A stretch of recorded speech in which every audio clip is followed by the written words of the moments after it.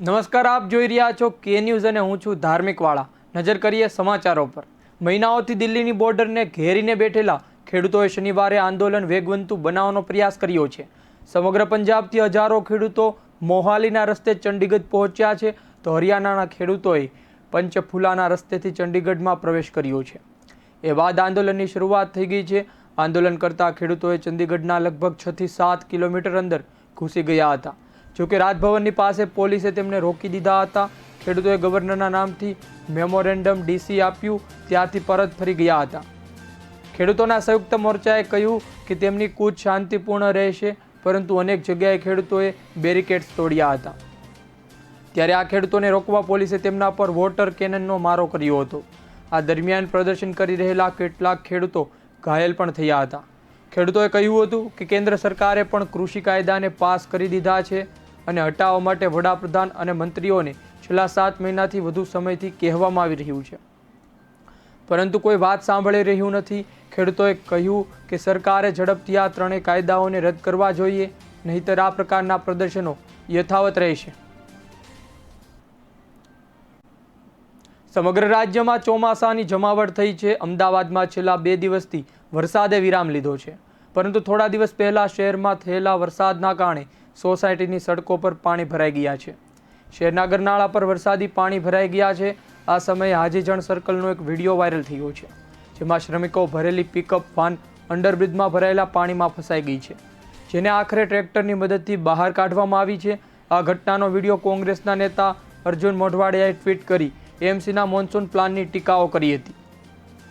આ ઘટનાના આજે 10 દિવસથી વધારે સમય થઈ ગયો છે. અમદાવાદમાં વરસાદ પણ બંધ રહ્યો છે, ત્યારે હજી આ અંડરબ્રિજ પાણી ઓસર્યા નથી, જેના કારણે લોકોને ભારે હાલાકીનો સામનો કરવો પડ્યો છે. કોંગ્રેસના નેતા અર્જુન મોઢવાડિયાએ પોતાના ટ્વિટર એકાઉન્ટ પરથી ફરી આ જગ્યાનો વિડીયો શેર કરી સવાલો ઉઠાવ્યા છે. મોઢવાડિયાએ આ મામલે કહ્યું હતું કે 10 દિવસ પહેલા મેં આપની સાથે Ahmedabad SP ring road Hathijan circle નજીકનો આ વિડીયો શેર કર્યો હતો. આ વિડીયો એ જ અંડરબ્રિજનો છે, જ્યાં હાલ પણ પાણી ભરાઈ ચૂક્યા છે, પરંતુ તંત્ર દ્વારા કોઈ કામગીરી કરવામાં આવી નથી, તે આ સાબિત કરે છે. સુરતમાં જીનોમ સિક્વિન્સિંગ લેબોરેટરી શરૂ કરવા માટે પ્રયાસ શરૂ કરવામાં આવ્યા છે. કોરોના વાયરસ સામે આવતાની સાથે અત્યાર સુધી વિશ્વભરમાં તેના અલગ અલગ સ્વરૂપો દેખાઈ ચૂક્યા છે. વાયરસના સ્પાઇસમાં થતા ફેરફારના કારણે અનેક પ્રશ્નો ઉદ્ભવતા રહ્યા છે. કોરોના વાયરસના મ્યુટેશનના કારણે તેમાં જે બદલાવ થઈ રહ્યા છે તે મોટા પડકારો ઊભા કરે છે. સમયાંતરે કોરોના સંક્રમણ દરમિયાન દર્દીઓના જે સેમ્પલ લેવાતા હોય છે તેમાં વાયરસની અંદર જે મ્યુટેશન સામે આવતા હોય છે તેમાં તબીબી જગતના પણ આશ્ચર્ય જોવા મળતું હોય છે. કોરોના કાળ દરમિયાન જે વાયરસ જોવા મળ્યો છે તે વાયરસના સ્પાઇક પ્રોટીન દેખાય છે, તેમાં સમયાંતરે ફેરફાર થતા દેખાય છે. વાયરસમાં જે વેરિયન્ટ જોવા મળે છે તે કયા પ્રકારનો છે, કેટલો ઘાતક છે, તે અંગે પરીક્ષણ જીનોમ સિક્વિન્સિંગ લેબોરેટરીમાં કરવામાં આવે છે, જેમાં વાયરસનો પ્રકાર અને તેમાં થયેલા બદલાવનું પૂર્ણ પરીક્ષણ થઈ જાય છે. કોરોના પોઝિટિવ જેટલા પણ કેસ આવ્યા હોય તે પૈકી 5% કેસોને જીનોમ સિક્વિન્સિંગ લેબોરેટરી ખાતે મોકલવામાં આવે છે, જે હાલ અત્યારે મહારાષ્ટ્રના પુણે શહેરની લેબોરેટરીમાં મોકલવામાં આવે છે. વાયરસની તપાસ કરવા માટે હાલ 2 મહિના જેટલો સમય લાગી જાય છે, ત્યારબાદ તેનું પરિણામ આવે છે. જો સુરતમાં આ લેબોરેટરી શરૂ થાય તો માત્ર 1 સપ્તાહમાં તમામ વાયરસ અંગેની વિગતવાર માહિતી મળી શકે છે. અત્યારે દેશભરમાં આવતા કોરોના પોઝિટિવ કેસોના 5% જેટલા કેસોના સેમ્પલ પુણે ખાતે લેબોરેટરીમાં મોકલવામાં આવે છે.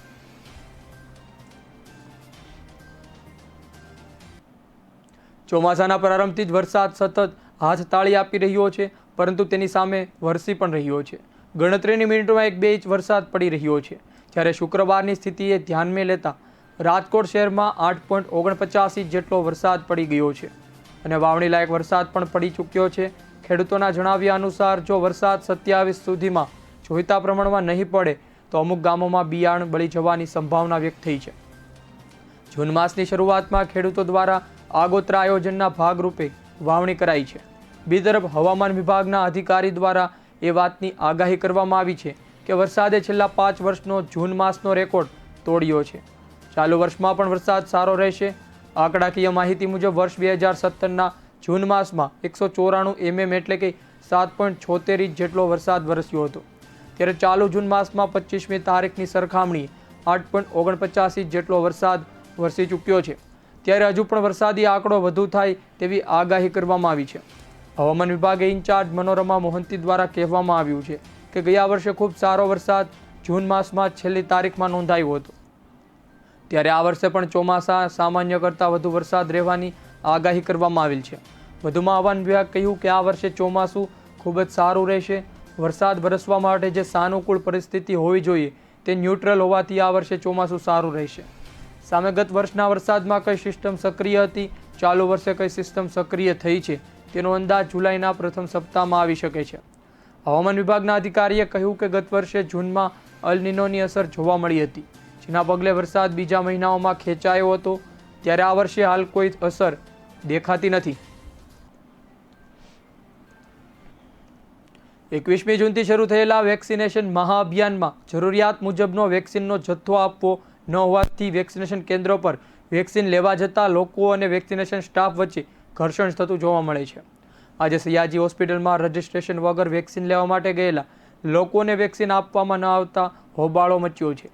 વેક્સિન લેવા માટે ગયેલા વૃદ્ધાને 3 કલાક સુધી બેસી રહેવું પડ્યું.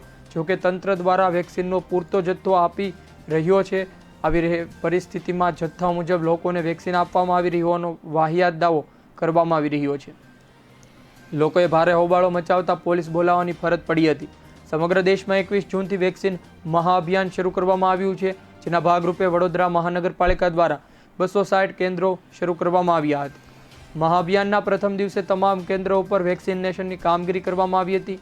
ત્યારબાદ વેક્સિનનો પૂરતો જથ્થો ન આવતા તંત્રએ વેક્સિનના આવી રહેલા જથ્થા મુજબ કેન્દ્રો ચાલુ રાખવાની ફરજ પડી હતી. આજે વડોદરામાં 170 કેન્દ્રો ઉપર વેક્સિનની કામગીરી ચાલી રહી છે, જેમાં સયાજી હોસ્પિટલ કેન્દ્ર ઉપર વેક્સિનના આવેલા જથ્થા કરતાં વધુ લોકો વેક્સિન લેવા માટે પહોંચી જતા અફરાતફરી મચી હતી. વેક્સિન ન મળતા લોકોએ ભારે હોબાળો મચાવ્યો હતો. પોલીસને બોલાવવાની ફરજ પડી હતી. વેક્સિનેશન મહાઅભિયાનના સ્થળ ઉપર રજિસ્ટ્રેશન કરાવવાની વ્યવસ્થા કરવામાં આવી છે, પરંતુ વેક્સિનના કેન્દ્રો ઉપર પ્રથમ રજિસ્ટર કરીને વેક્સિન લેવા માટે આવતા લોકોને પ્રથમ તકે વેક્સિન આપવામાં આવે છે. પરિણામે રજિસ્ટ્રેશન વગર વેક્સિન લેવા જતા લોકોને ધરમધક્કો પડતા વેક્સિન કેન્દ્રો ઉપર ઘર્ષણ ઊભું થયું છે. વેક્સિન કેન્દ્રો પૈકીના સયાજી હોસ્પિટલના વેક્સિનેશન કેન્દ્ર પર રજિસ્ટ્રેશન વગર વેક્સિન લેવા માટે પહોંચી ગયેલા લોકોનો ઘસારો થયો હતો, પરંતુ સયાજી હોસ્પિટલના કેન્દ્રો ઉપર રજિસ્ટ્રેશન વગરના લોકોને વેક્સિન આપવામાં ન આવતા તેઓએ હોબાળો મચાવ્યો છે. મામલો ઉગ્ર બનતા પોલીસને બોલાવવાની ફરજ પડી હતી.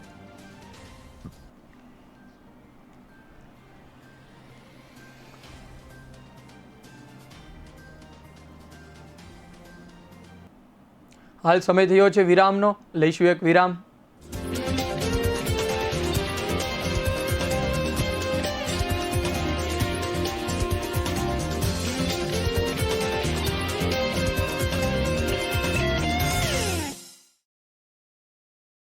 पेट्रोल डीजल के दाम हर बार बढ़ते गए तो स्कूटर खड़ा कर दिया, बस से चलने लगे. पढ़ाई लिखाई के खर्चों ने हमारी जेबें खाली कर दी, फिर भी मन मारकर काम चलाया. पर जब रोज रोज की हर जरूरत की चीजों के दाम लगातार बढ़ते जाएंगे तो हम अपने बच्चों का भविष्य कैसे बनाएंगे? उन्हें क्या खिलाएंगे? महंगाई को लगातार बढ़ाने वालों जनता माफ नहीं करेगी. चलो हालात बदले, देश की सरकार बदले, भाजपा को वोट दे, अब की बार मोदी सरकार.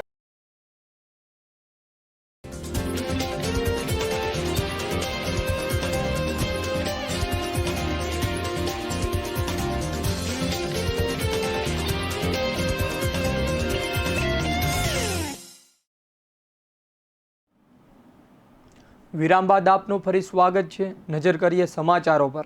સ્થાનિક સ્વરાજ્યની ચૂંટણી પછી આજે રાજકોટ શહેર કોંગ્રેસની પ્રથમ કારોબારી બેઠક મળી હતી. ચૂંટણીમાં કાર્યકર્તાઓને લઈ નારાજગી દૂર કરવાનો પ્રયાસ, વિવિધ પ્રશ્નો કાર્યકરોને સંભાળવામાં આવ્યા હતા. શંકરસિંહ વાઘેલાના કોંગ્રેસમાં ફરી આવવાને ચર્ચાને લઈ રાજકોટ શહેર કોંગ્રેસના કાર્યકારી પ્રમુખ પ્રદીપ ત્રિવેદીએ કહ્યું હતું કે શંકરસિંહ વાઘેલા કોંગ્રેસમાં આવે તો પણ કોંગ્રેસને ક્યારેય વ્યક્તિ આધારિત પક્ષ રહ્યો નથી. તેઓએ વધુમાં કહ્યું કે જો કે શંકરસિંહ વાઘેલાના આવવાથી કોંગ્રેસની સંખ્યા પણ વધશે. શંકરસિંહ વાઘેલાને આત્મજ્ઞાન ન થાય, ફરી જોડાય તો બાપુની સક્ષમતા પર પ્રધાનમંત્રી નરેન્દ્ર મોદીને પણ ભરોસે છે. અત્રે ઉલ્લેખનીય છે કે રાજકોટ શહેર કોંગ્રેસમાં અવારનવાર જૂથવાદ સામે આવતો હોય છે, ત્યારે આજની કારોબારી બેઠકમાં તમામ લોકોને અને આગેવાનોને આમંત્રણ આપવામાં આવ્યું હતું. આજની કારોબારી બેઠકમાં કોઈ જૂથવાદ જોવા મળ્યો ન હતો.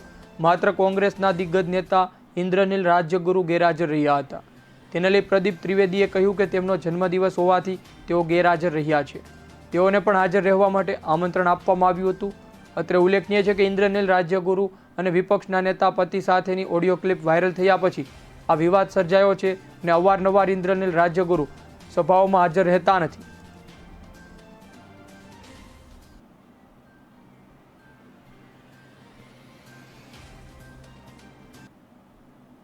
કોરોના બીજી લહેર જીવલેણ સાબિત થઈ ગઈ છે. દેશ બીજી લહેરના અંતિમ તબક્કામાંથી પસાર થઈ રહ્યો છે. હવે નિષ્ણાંતો પણ ત્રીજી લહેરની અપેક્ષા રાખી રહ્યા છે. ઉદ્યોગોના વ્યવસાયમાં ત્રીજી વેવની આશંકા ફરીથી જોવા મળી રહી છે. સુરતના ટેક્સટાઇલ ઉદ્યોગો સાથે સંકળાયેલા લોકો જે કૃષિ પછીના સૌથી વધુ રોજગાર સાથે આપે છે. લોકોનું માનવું છે કે ત્રીજા વેવની કાપડ ઉદ્યોગ પર વિપરીત અસર પડી શકે છે. પરંતુ જો રસીકરણને વધુ વેગ આપવામાં આવે તો સામાજિક અંતરનું યોગ્ય પાલન કરવામાં આવે છે તો ત્રીજી વેવની થતા નુકસાન ટાળી શકાય છે. બજારોમાંથી જોઈએ તો કેટલા ઓર્ડર મળી રહ્યા નથી. દેશભરમાં 80% મનુષ્ય માટે સુરતમાં ઉત્પાદિત થતા ફેબ્રિક કાપડ ઉદ્યોગને કોરોના કારણે મોટું નુકસાન પડ્યું છે. ગયા વર્ષે કોરોના પહેલી લહેરમાંથી બહાર આવવામાં માર્કેટને લાંબો સમય લાગ્યો હતો. ફરીથી બીજા વેવમાં બહાર આવવાની વધુ સમય લાગી શકશે. બજારો 1 મહિનાથી વધુ સમય ખુલ્યો છે પરંતુ હજુ પણ કામ નિયમિત નથી થયું. બજારોમાં કેટલા ઓર્ડર મળી રહ્યા નથી. હજુ પણ મોટા ભાગના બંધ છે. એક પાળીમાં કામ કરવું પડી રહ્યું છે. વણાટના એકમો પણ ઉત્પાદન ઓછું થઈ રહ્યું છે. મયુર ગોલવાલાએ કહ્યું કે આશંકાના કારણે ધંધો બંધ કરવામાં આવી રહ્યા છે. ધંધો તેથી સામાજિક ચાલી રહ્યો છે. અંતર અને સામૂહિક રસીકરણ અનુસરવું એ જ શ્રેષ્ઠ ઉપાય છે. જો યોગ્ય રીતે કાળજી લેવામાં આવે તો કોરોનાની ત્રીજી લહેરથી થતા નુકસાનને ટાળી શકાય છે. દેશભરની મંડીઓમાં કામ વધી રહ્યું છે. કોરોના બીજી લહેરનું જોર ઘટી રહ્યું છે. ભારતમાં જો કે કોરોના ટેસ્ટિંગ વ્યાપક રીતે થતું હોવાનો દાવો Indian council four medical research દ્વારા કરવામાં આવ્યો છે. કાઉન્સિલે જાણકારી આપતા કહ્યું કે જૂન મહિનામાં રોજ સરેરાશ 18 લાખ કોરોના ટેસ્ટ કરવામાં આવ્યા છે. અત્યાર સુધીમાં ભારતે 40 કરોડ ટેસ્ટ કરીને વિક્રમ સર્જ્યો છે. દેશમાં જૂન સુધીમાં એક મહિનામાં સરેરાશ 35 કરોડ કોરોના ટેસ્ટ કરવામાં આવ્યા છે. આ પહેલા ભારતે ગયા વર્ષે 7 જુલાઈમાં રોજ 1 કરોડ કોરોના ટેસ્ટ કર્યા હતા. એ પછી ટેસ્ટનો આંકડો વધતો ગયો હતો. ફેબ્રુઆરી સુધીમાં ટેસ્ટની સંખ્યા 20 કરોડ સુધી પહોંચી હતી, જ્યારે 1 જૂન સુધીમાં આંકડો 35 કરોડ થઈ ગયો હતો. જૂન મહિનામાં બીજા 5 કરોડ ટેસ્ટ થઈ ચૂક્યા છે. કાઉન્સિલનું કહેવું છે કે દેશમાં ઝડપથી ટેસ્ટિંગ માળખાને અને ક્ષમતાને મજબૂત બનાવવામાં આવી રહી છે. ટેસ્ટમાં વધારાના કારણે કોરોના દર્દીઓના ઝડપથી ઓળખી શકાશે. તેમની તાત્કાલિક સારવાર કરવાનું પણ શક્ય બનશે. ભારત ટેસ્ટિંગ ટ્રેકિંગ ટ્રેસિંગ નીતિને લાગુ કરવામાં સફળ રહ્યું છે, જેનાથી કોરોના પ્રસારણ રોકવામાં મદદ મળશે. દેશમાં કુલ લેબોરેટરીઓની સંખ્યા 2675 થઈ ચૂકી છે, જેમાં સરકારી લેબોરેટરીની સંખ્યા 1676 જેટલી છે. દેશમાં છેલ્લા 24 કલાકમાં કોરોના નવા 48,000 કેસ આવ્યા છે સામે. આ દરમિયાન 1183 લોકોના મોત પણ થયા છે.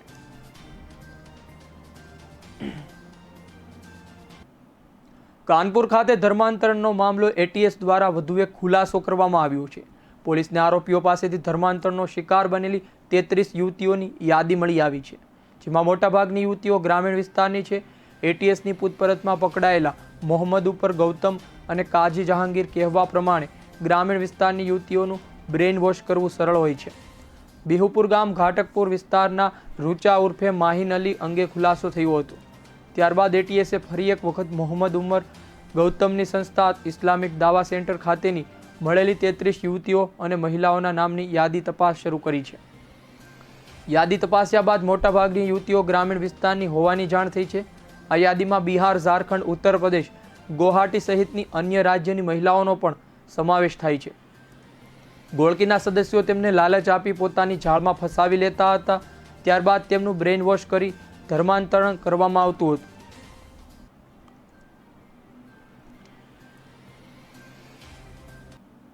સરહદ પર ચીન સાથે ચાલી રહેલા તણાવ વચ્ચે ભારત એક પછી એક હથિયારોનું પરીક્ષણ કરી રહ્યું છે. ગઈકાલે સુપરસોનિક ક્રૂઝ મિસાઇલ નિર્ભયતાના પરીક્ષણ બાદ હવે ભારતની સંસ્થા defence research and development organisation એટલે કે DRDO દ્વારા મલ્ટીબેબ રોકેટ લોન્ચર પિનાકાનું અત્યાધુનિક વર્ઝનનું પરીક્ષણ કરવામાં આવ્યું છે. આ મલ્ટીબેરલ રોકેટ લોન્ચર સિસ્ટમ ભારતમાં જ વિકસિત કરવામાં આવી છે. ઓરિસ્સાના ચોંદીપુર રેન્જ ખાતે તેનું પરીક્ષણ કરવામાં આવ્યું છે, જે દરમિયાન 25 પિનાકાના રોકેટ લોન્ચ કરવામાં આવ્યા છે. આ ટેસ્ટિંગ દરમિયાન તમામ પેરામીટર આ રોકેટ સિસ્ટમ ખરી ઉતરી છે.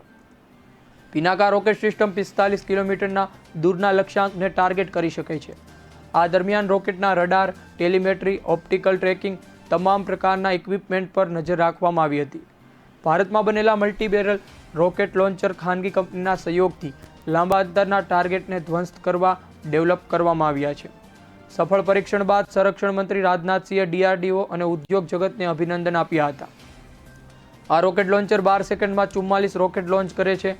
ભગવાન શંકરના ધનુષ પિનાક પરથી તેનું નામ પિનાકા રાખવામાં આવ્યું છે.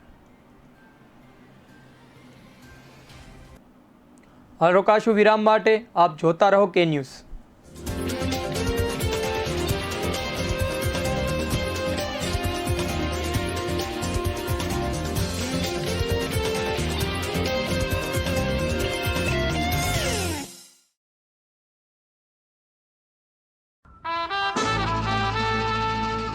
के रेडियो माहिती, मनोरंजन और मस्ती का ट्रायो.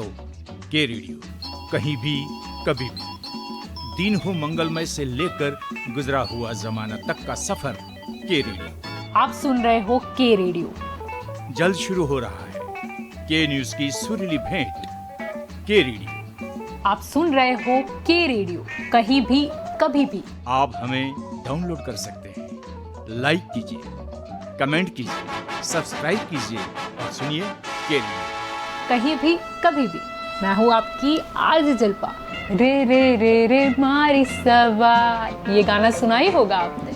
चलो सुबह हो गई, मस्ती की कश्ती, दिन का सफर सुहाना, एक शहर एक नजर, जनवाणी, सुनहरी दोपहरी, ये शाम मस्तानी, ढल गया दिन, नगमों की बारात, गुजरा हुआ जमाना, फिर वही रात है, मनोरंजन, माहिती और मस्ती के साथ. आप सुन रहे हो के रेडियो कहीं भी कभी भी.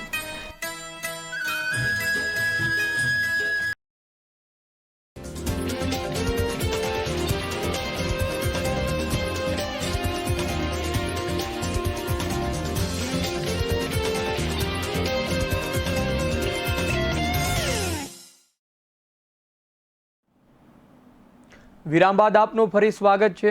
નજર કરીએ સમાચારો પર.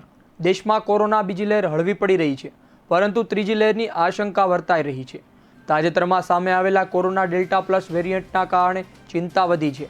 નિષ્ણાંતોના મતે જો ત્રીજી લહેર આવી તો તેમાં ડેલ્ટા પ્લસ વેરિયન્ટ એક મુખ્ય કારક તરીકે સામે આવશે.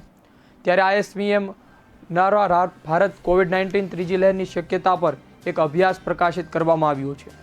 અભ્યાસમાં કહેવામાં આવ્યું છે કે ભારતમાં જો કોરોનાની ત્રીજી લહેર આવશે તો બીજી લહેર જેટલી ગંભીર નહીં હોય.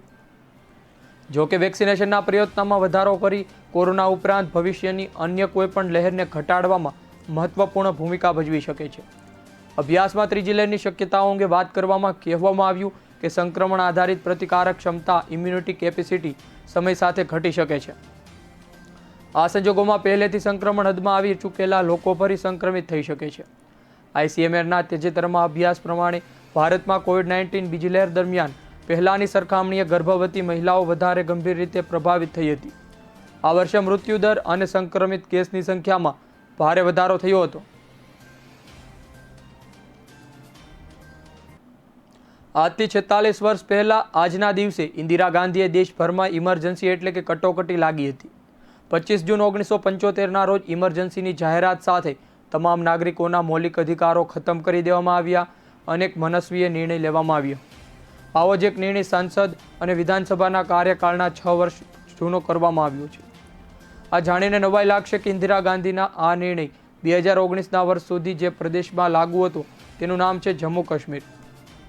જમ્મુ કાશ્મીર દેશનું એકમાત્ર એવું રાજ્ય છે જ્યાં 1975ના વર્ષથી વિધાનસભાનો કાર્યકાળ 6 વર્ષનો ચાલ્યો આવતો હોય છે. પરંતુ 5 ઓગસ્ટ 2019ના રોજ જમ્મુ કાશ્મીરને કેન્દ્ર શાસિત પ્રદેશનો દરજ્જો મળ્યો હતો. ત્યારબાદ વિધાનસભાનો કાર્યકાળ દેશના બાકીના રાજ્યોની જેમ 5 વર્ષનો થઈ ગયો છે. આ રીતે કટોકટીની અંતિમ નિશાની સમાન 6 વર્ષની વિધાનસભા 2019ના ઇતિહાસનો હિસ્સો બની રહી છે. તાત્કાલિક વડાપ્રધાન ઇન્દિરા ગાંધીએ 1975માં કટોકટી લાગુ કર્યા બાદ બંધારણમાં 42મું સંશોધન સંસદ અને રાજ્યની વિધાનસભાનો કાર્યકાળ 6 વર્ષનો કરી દીધો હતો. શેખ મોહમ્મદ અબ્દુલ્લા જમ્મુ કાશ્મીરના મુખ્યમંત્રી હતા તે સમયે, જોકે તે કોંગ્રેસના સહયોગથી મુખ્યમંત્રી બન્યા હતા. આ કારણે શેખ અબ્દુલ્લા ઇન્દિરા ગાંધીના પદચિહ્નો પર ચાલીને રાજ્યની વિધાનસભાનો કાર્યકાળ 6 વર્ષનો કરી દીધો હતો. શેખ અબ્દુલ્લાએ તે સમયે કહ્યું હતું કે જમ્મુ કાશ્મીરમાં સમગ્ર હિન્દુસ્તાનની સાથે ચાલશે. તે હિન્દુસ્તાનની મુખ્ય ધારામાં છે. બંધારણ સંશોધન દ્વારા વિધાનસભાનો કાર્યકાળ 6 વર્ષનો કરી દેવાયો છે. 1977ના વર્ષમાં કટોકટી દૂર કરવામાં આવી. ત્યારબાદ મોરારજી દેસાઈના નેતૃત્વમાં બનેલી જનતા પાર્ટીની સરકારે ઇન્દિરા ગાંધીના તમામ નિર્ણયો પલટી દીધા. તેના અંતર્ગત મોરારજી દેસાઈ સંસદ અને વિધાનસભાનો કાર્યકાળ ફરી 5 વર્ષ મોટેરાનો કરી દીધો હતો, પરંતુ જમ્મુ કાશ્મીરમાં ફરી ફેરફાર થયો ન હતો.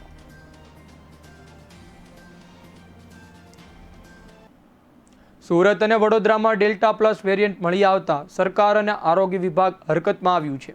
ડેલ્ટા પ્લસ વેરિયન્ટ શોધવા આરોગ્ય વિભાગે મેડિકલ કોલેજોમાં કોરોના પોઝિટિવ કેસના સેમ્પલ પુણે સ્થિત લેબમાં મોકલવા સૂચના આપી છે.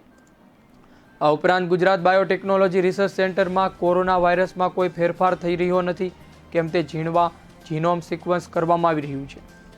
સૂત્રોના મતે ગુજરાતમાં કોરોનાના પ્રથમ લહેરમાં પોઝિટિવ કેસોનું જીનોમ સિક્વન્સ કરાતા યુકે સ્ટ્રેન હોવાનું જાણવા મળ્યું હતું. આ ઉપરાંત કોરોના વાયરસમાં શું ફેરફાર થઈ રહ્યા છે તે જાણવા માટે અમદાવાદ બીજે મેડિકલ કોલેજમાંથી નિયમિત રીતે પુણે સ્થિત નેશનલ ઇન્સ્ટિટ્યૂટ ઓફ વાયરોલોજીના સેમ્પલ મોકલવામાં આવી રહ્યા છે. આ ઉપરાંત અન્ય મેડિકલ કોલેજોને પણ કોરોના સેમ્પલ મોકલવાના સૂચના આપવામાં આવ્યા છે. અત્યાર સુધી 1000થી વધુ સેમ્પલ ચકાસણી કરવામાં આવી છે, જેમાં ડેલ્ટા પ્લસ વેરિયન્ટ જોવા મળ્યો નથી. સૂત્રોનું કહેવું છે કે ભારત બાયોટેક રિસર્ચ સેન્ટરમાં corona sample genome sequence corona વાયરસની ચકાસણી કરી શકે છે. એક સેમ્પલની તપાસ માટે 10 દિવસનો સમય થતો હોય છે.